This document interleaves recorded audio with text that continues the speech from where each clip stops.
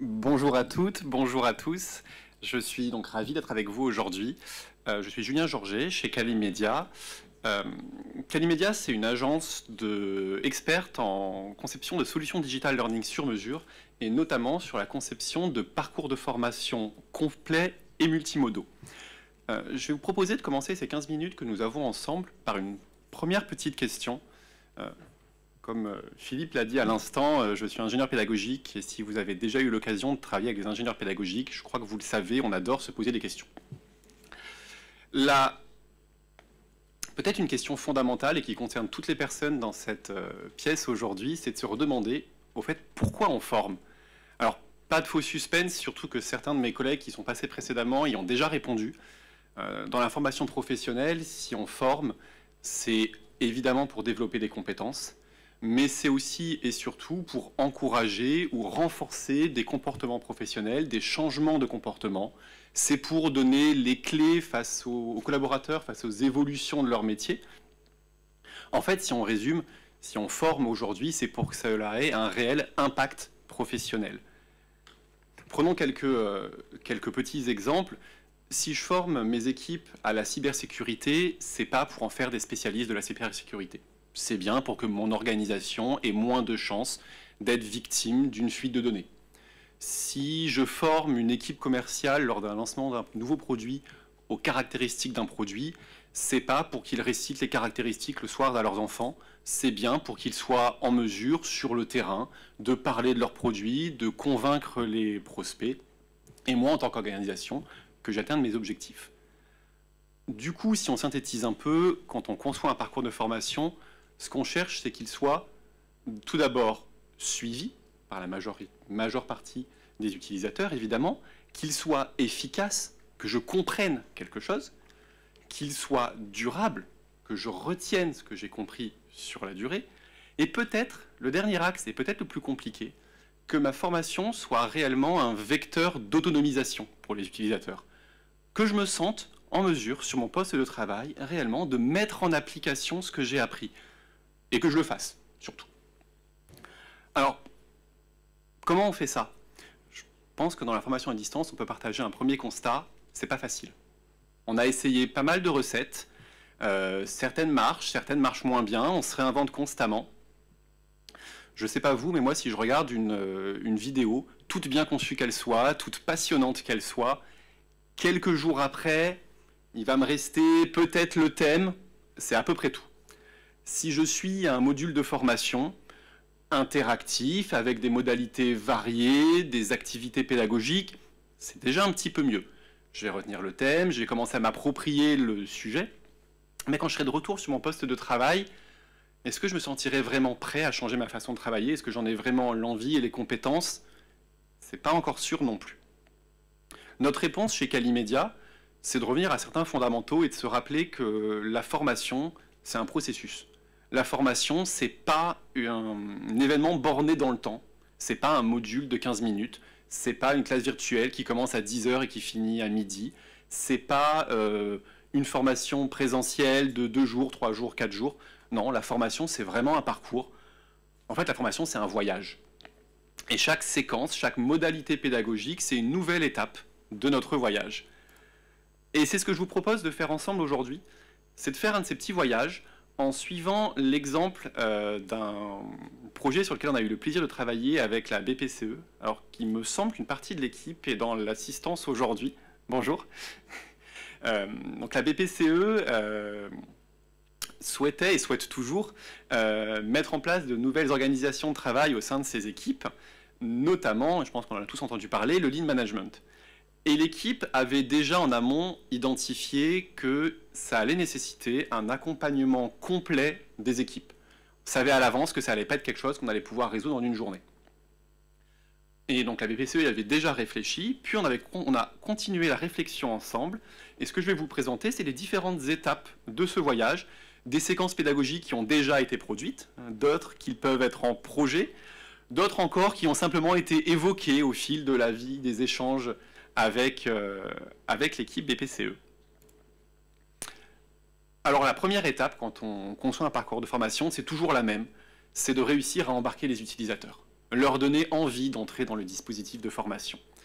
On a de nombreux leviers à notre disposition, on ne va pas faire un catalogue aujourd'hui. L'idée c'est toujours la même, c'est de choisir le bon levier pour le bon projet et la bonne cible. Celui qu'on a choisi aujourd'hui, c'est vieux comme le monde, on le connaît tous, c'est raconter une histoire. Alors l'histoire qu'on a choisie pour ce projet, on a fait le choix de l'humour et de la référence à une assez célèbre émission de télévision française. Nos apprenants pensaient embarquer dans ce qui devait être une formation classique et se retrouvent isolés, pris au piège sur une île déserte. Alors, cette histoire, cet univers, que ce soit les personnages ou que ce soit juste l'univers graphique, sont des éléments qu'on va retrouver tout au long du parcours, qui vont en être un réel fil rouge, une sorte de colonne vertébrale du parcours de formation. Pourquoi on fait ça ? L'idée, elle est assez simple, c'est de surprendre, et c'est de susciter des émotions. Parce qu'on le sait, les émotions, c'est un vecteur d'engagement, et les émotions, ça aide à retenir et à s'impliquer. Ensuite, au moment où vous démarrez votre parcours de formation, une autre étape clé, c'est la communication. Vous allez devoir annoncer à vos utilisateurs qu'une formation va être ouverte, va être diffusée. Alors je pense qu'on peut se le dire collectivement, on le sait déjà, arrêtons les mails qui ne font que rappeler le caractère obligatoire de la formation, la date de début, la date de fin, une liste à puces d'objectifs pédagogiques. Si on veut susciter de l'engagement, ça ne marchera pas. Après tout, on a... C'est bon, ça se lance. On a une belle histoire en notre possession, on l'a écrite, pourquoi pas s'en servir? Et donc on peut réaliser un petit teaser animé et baser notre communication sur ce teaser, le mettre à disposition, l'envoyer aux collaborateurs. Et couche suivante, toujours capitale, le relais des managers après, auprès des équipes. L'idée là, c'est de faire parler, tout simplement, faire parler du projet.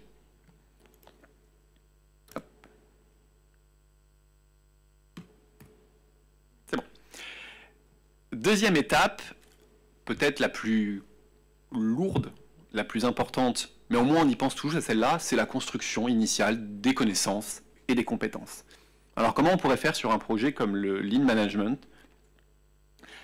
Alors on pourrait faire des modules comme ça, mais c'est plutôt, je pense qu'on faisait il y a une dizaine d'années, on en est un petit peu revenu.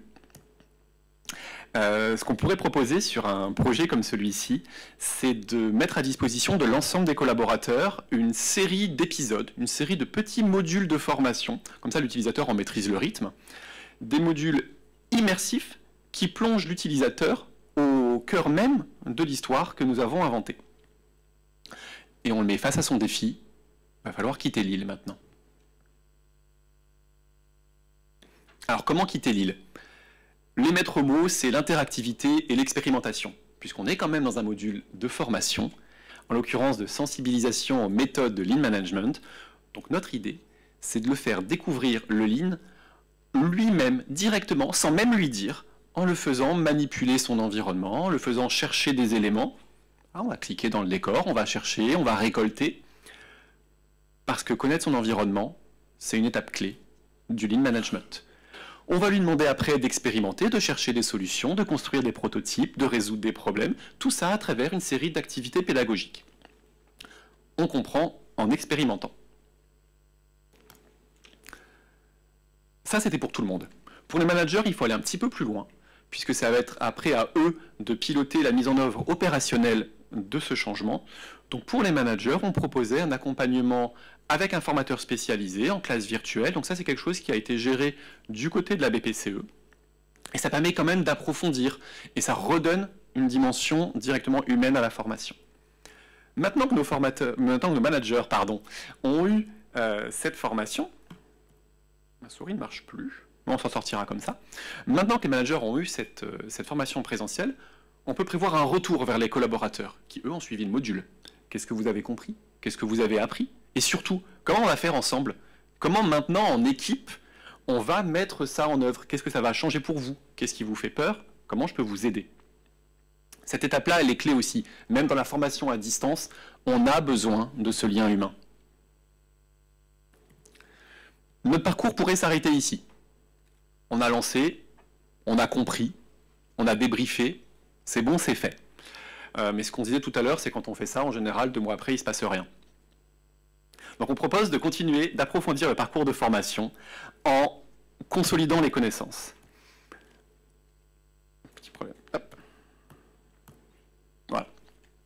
Alors plusieurs façons, nombreuses façons de consolider les connaissances. Sur le Lean Management, ce qu'on peut proposer, par exemple, tout simplement, c'est de mettre à disposition une boîte à outils.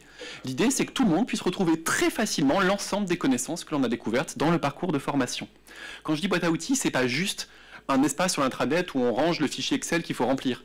C'est bien un guide d'utilisation, le fameux fichier Excel, un petit retour d'expérience, des astuces, le contact d'un référent. C'est ça une vraie boîte à outils. Quelque chose qui permet réellement de rendre autonomes les personnes. Sur un sujet un peu plus théorique, on n'aurait pas eu la même approche. Peut-être que notre consolidation se serait plus basée sur des petits challenges réguliers entre les équipes, des petits défis, tout simplement des petits quiz réguliers. Encore une fois, on choisit la bonne stratégie en fonction de l'objectif qu'on s'est fixé. On continue encore notre parcours, on continue notre voyage, et maintenant on prolonge et on accompagne. On se rappelle notre premier objectif, mettre en application. Alors là, en fait, dans vos managers, vous en avez qui auront déjà commencé. Misez sur eux. On va avoir des personnes qui ont commencé à mettre en œuvre. On peut organiser des retours d'expérience, les faire débattre, les faire échanger, et petite astuce, au moins les conclusions de ces REX, filmez-les. Capitalisez sur ce qui est fait en interne.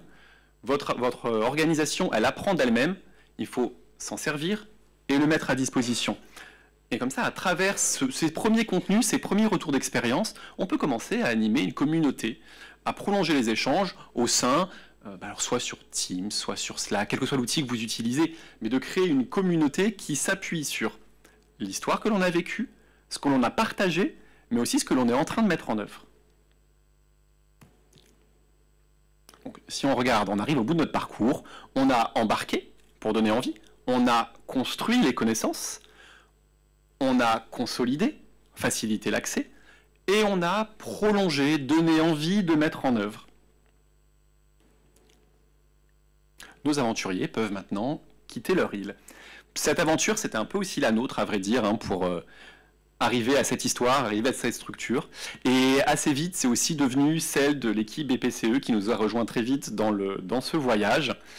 Mais on s'est rendu compte qu'on pouvait aller encore un petit peu plus loin, notamment et surtout sur la partie accompagnement à la mise en pratique. Et si on proposait à nos managers, par exemple, une application qui leur permettrait de se challenger au quotidien en leur proposant régulièrement d'aller réaliser des actions sur le terrain, dans la vraie vie, et de leur proposer à chaque fois un petit feedback personnalisé. Le Lean Management, par exemple, c'est analyser son environnement, tester une nouvelle méthode de résolution de problèmes, identifier des améliorations dans un processus de production. Eh bien ça, on peut les encourager à aller le faire. Donc, une petite application, un défi, juste allez le mettre en œuvre avec votre équipe, revenez et on débrief. Petit problème de souris encore. Donc cette nouvelle application, elle est toute neuve chez Calimedia, donc vous pouvez dès à présent aller échanger avec les équipes qui seront présentes juste en haut pour en savoir plus si elles vous intéressent. Nous vous ferons un plaisir de vous répondre. Merci à toutes, merci à tous.